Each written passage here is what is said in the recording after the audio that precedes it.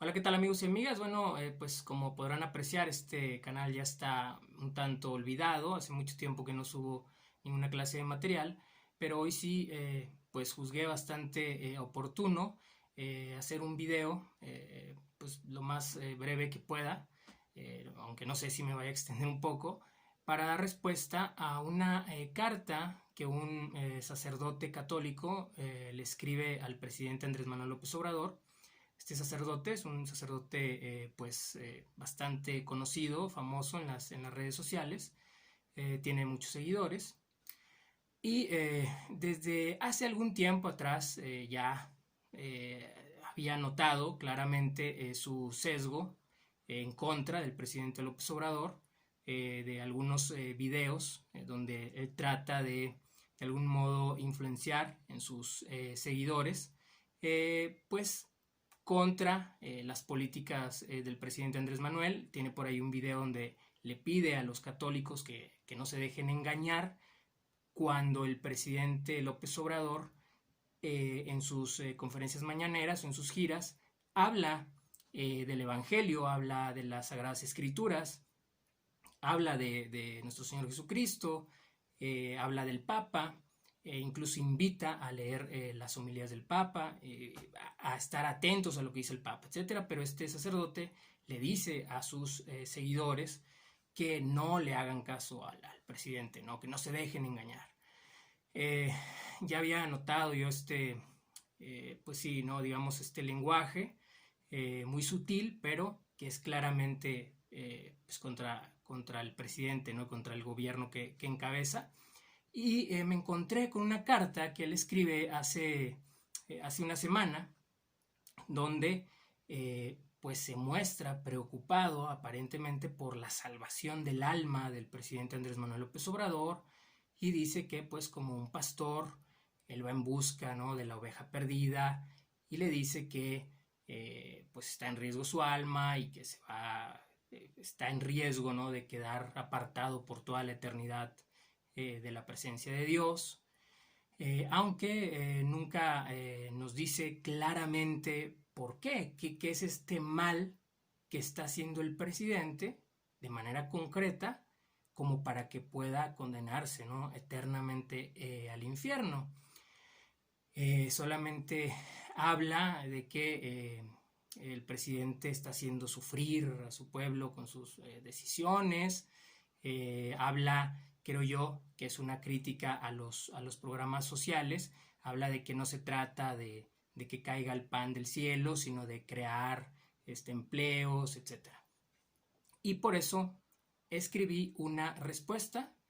Le voy a dar lectura. Yo la verdad es que la escribí al calor. Cuando leí la carta inmediatamente me fui a los comentarios y la escribí. Está escrita así al calor. No me senté a darle una gran redacción, pero me interesa mucho compartirla con ustedes, ¿sí? Y más ahora que en el contexto en que sale la encíclica del Papa Francisco, que en muchos pasajes pues pareciera que lo hubiera escrito el propio presidente, ¿no? Cuando juzgan ambos el neoliberalismo, ¿no? El presidente Andrés Manuel siempre lo ha condenado como un sistema, un modelo empobrecedor, corrupto, que solamente le ha servido a una minoría. Y es lo que hace en su encíclica Fratelli Tutti el Papa Francisco, prácticamente con palabras idénticas. Pero bueno, le doy lectura al comentario que le hago a este sacerdote, que se llama Ernesto María Caro. Seguramente muchos de ustedes han escuchado su nombre. Eh, Después de leer su carta, comienzo escribiendo: mejor háblenos de Fratelli Tutti y de cómo en ella se encuentra una perfecta similitud con lo que AMLO ha dicho por décadas. Le ha de haber dejado con la boca abierta escribir esto y luego leer una encíclica que en muchos pasajes bien parecería haber sido escrita por nuestro presidente. Dice que AMLO se va a condenar. ¿Por qué? ¿Por hablar del amor al prójimo? ¿Por invitarnos a construir una república amorosa? ¿Por poner en el centro a los pobres como los pone el Evangelio? ¿Por qué no le escribió una carta para alertarlos sobre su salvación, a los presidentes del inhumano y anticristiano neoliberalismo, los que socializaron las pérdidas de los grandes capitales y privatizaron las riquezas de la nación? ¿Por qué no les escribió para que se volvieran a Dios cuando esos expresidentes se daban vidas de faraones mientras la gran mayoría se ahogaba en la miseria?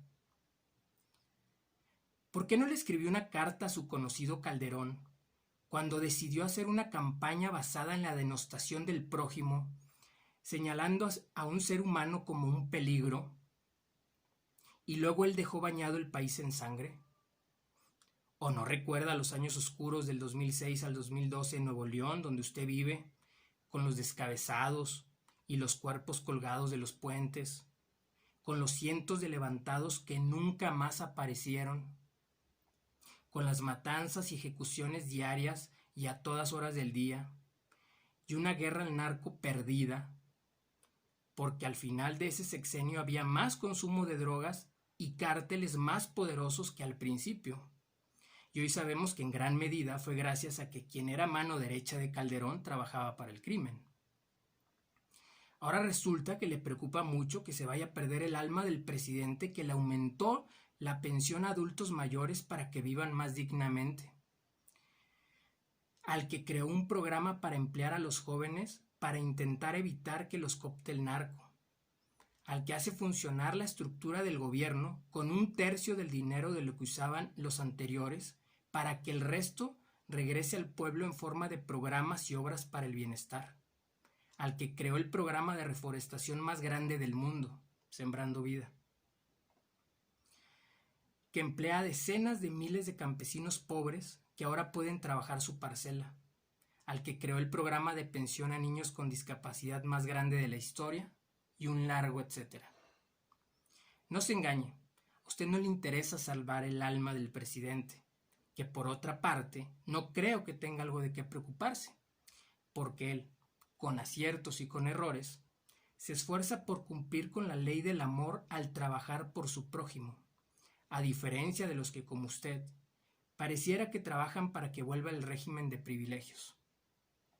No, a usted lo que le interesa, o al menos eso parece, es inflamar los prejuicios, la animadversión y el odio al peor estilo de Gilberto Lozano y de Frena, del cual seguramente, en el fondo de su corazón, es simpatizante.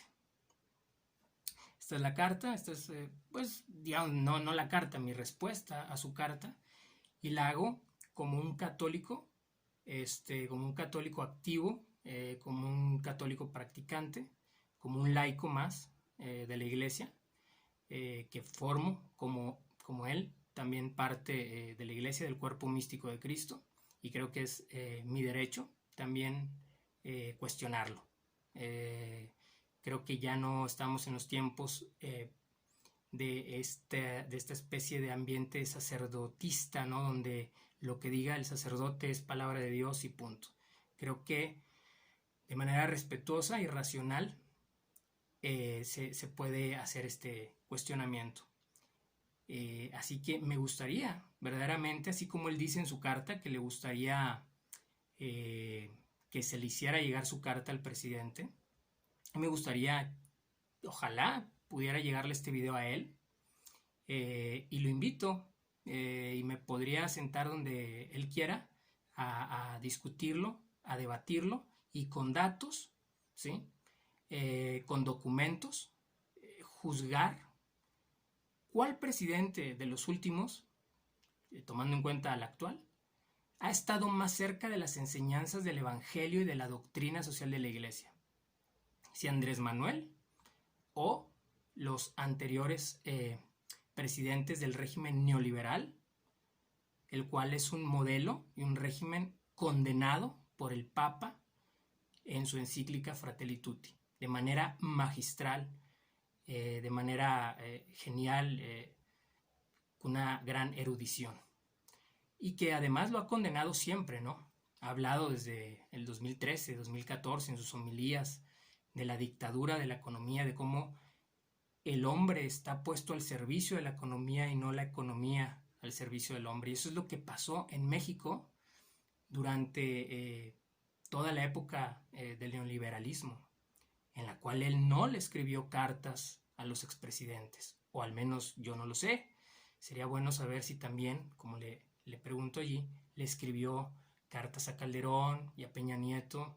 Me gustaría saber si no cree el señor Ernesto Caro, el señor presbítero, eh, que está en riesgo el alma de aquellos que compraban aviones de miles de millones de dólares, compra que realizó Calderón y que luego de la que se benefició Enrique Peña Nieto, mientras el país vivía con grandes márgenes de miseria.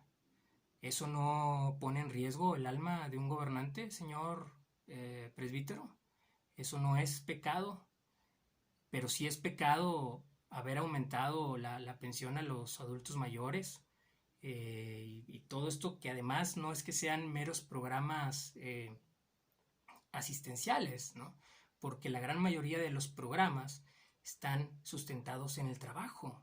Usted dice que hay que crear trabajo, no simplemente hacer que caiga el dinero del cielo, pero no se ha puesto usted a juzgar, a investigar, a estudiar los programas para poder hacer un análisis serio de ellos. ¿Sabía usted que el programa de Jóvenes Construyendo el Futuro no se trata de regalarle dinero a los ninis, como se dice por allí de manera despectiva? Se dice que Andrés Manuel está regalándole dinero a los ninis, cuando en realidad el programa se trata de que los jóvenes vayan a un centro de trabajo, cumplan con un horario, ¿sí? Y se capaciten para el empleo y de esta manera reciben su apoyo. Para esto se toma asistencia, tienen que cumplir con un horario, tienen que cumplir con las reglas de la empresa. Muchas empresas regiomontanas, por cierto, están en ese programa. La propia cervecería tiene a jóvenes, valga la redundancia, del programa Jóvenes Construyendo el Futuro. El programa de Sembrando Vida, donde los campesinos tienen que trabajar su parcela, ¿sí? No se les regala el dinero. Los jóvenes que reciben una beca en la preparatoria, obviamente el incentivo es que terminen la preparatoria y se les da ese apoyo a cambio de que se mantengan en ella y de que sigan estudiando. No se les regala el dinero nada más porque sí. Y bueno, obviamente ya a los adultos mayores, por supuesto que se les da un apoyo en virtud de todo aquello que aportaron a la sociedad en su vida económicamente activa, ¿sí? No es de que se les esté simplemente regalando nada más porque sí. Y bueno, entonces me gustaría saber si usted tiene respuestas a todos esos cuestionamientos. No dudo, eso sí, y me adelanto, a que vaya a venir alguien, quizá con el mantra, porque ahora, sinceramente, parece que lo han convertido en un mantra esto de hablar de los niños con cáncer, ¿no? Y los medicamentos y los niños que se han muerto, ¿sí? Espero que sepan el trasfondo de este problema, espero que sepan que eran las farmacéuticas, los laboratorios, quienes no estaban abasteciendo los pedidos, no estaban surtiendo aquellos pedidos que ya estaban firmados y pagados, y por eso se tuvo que hacer una reforma para que pudiera el gobierno mexicano comprar esos medicamentos en el extranjero, y ya se están comprando. Porque eso, hasta en eso afectó el neoliberalismo, ¿no? Era toda una mafia que tenía el control de todo y no se le permitía, el gobierno no podía comprar medicamentos en el extranjero, sino solo se lo compraba a ciertos laboratorios con los que tenían tratos. En fin, me adelanto a esa posible objeción, ¿no? Porque ahora uno de algún modo habla del gobierno del presidente, rescata lo bueno que se ha hecho y te vienen los niños con cáncer que no tienen medicamentos. No, es que en efecto hubo un problema de abastecimiento, ¿sí? Pero no por falta de recursos, no porque no se quisieran comprar los medicamentos, el cual sería un buen debate, también un buen tema, porque también hablan de que el presidente López Obrador, que desapareció el Seguro Popular. Gracias a Dios que desapareció esa porquería del Seguro Popular para sustituirlo por algo mucho mejor que se está construyendo, que evidentemente no ha llegado a su meta, que es poder garantizar medicamentos gratuitos para toda la población, pero que esa es la idea. El Seguro Popular tenía ciertos niveles de atención, los cuales algunos ya estaban cerrados, algunos ya tenían un costo, y además tenía un cuadro básico de medicamentos. No eran medicamentos universales, era solamente lo básico, ¿sí? Ya medicamentos más especializados no se le otorgaban a los beneficiarios del Seguro Popular, ellos tenían que conseguirlos. La idea del INSABI es muchísimo más humanista, es muchísimo mejor. Es que ya no existan niveles de atención, que todas las personas puedan recibir atención, sea cual sea su padecimiento, y que puedan recibir su medicamento, sea lo que necesiten, sea lo que sea que necesiten. En fin, así se pueden seguir respondiendo muchas de estas objeciones, ¿no? Pero espero que el video lo pueda ver el señor presbítero Ernesto María Caro y muchos otros hermanos católicos que están, lamentablemente creo yo, asusados por estos discursos de radicalismo, de miedo, porque también hay mucho de miedo con esta onda de que nos van a llevar al comunismo y van a perseguir a la iglesia, y ahí los traen ahora en frena, ¿no? Rezando, qué bueno que recen, por supuesto, pero hay que ver cuál es la causa por la que se reza, ¿no? Cuando se reza para tirar al gobierno, al presidente que ha puesto al prójimo más olvidado, más abandonado por la cultura del descarte que denuncia el Papa Francisco, pues entonces esa no es una buena causa. ¿Pero por qué? Porque les dicen que viene el comunismo, porque viene la persecución a la fe. Hablan de que el presidente está persiguiendo la fe, el presidente que destinó presupuesto para restaurar templos católicos, ¿sí? Ese es el presidente que acusan de perseguir la fe. Imagínense qué locura. Al presidente que destinó una parte del presupuesto para que se restauren los templos dañados por los sismos de 2017, y que se están restaurando no solamente los templos por fuera, se están restaurando altares, se están restaurando imágenes. A ese mismo presidente es al que atacan como un supuesto perseguidor de la fe. Entonces hay muchos errores, hay mucha confusión, hay mucha mentira, y ojalá esto pueda servir para abrir un poco los ojos. Me despido ya, lleva esto casi 20 minutos. El que haya llegado hasta aquí, pues muchas gracias. Me despido y que Dios los bendiga a todos.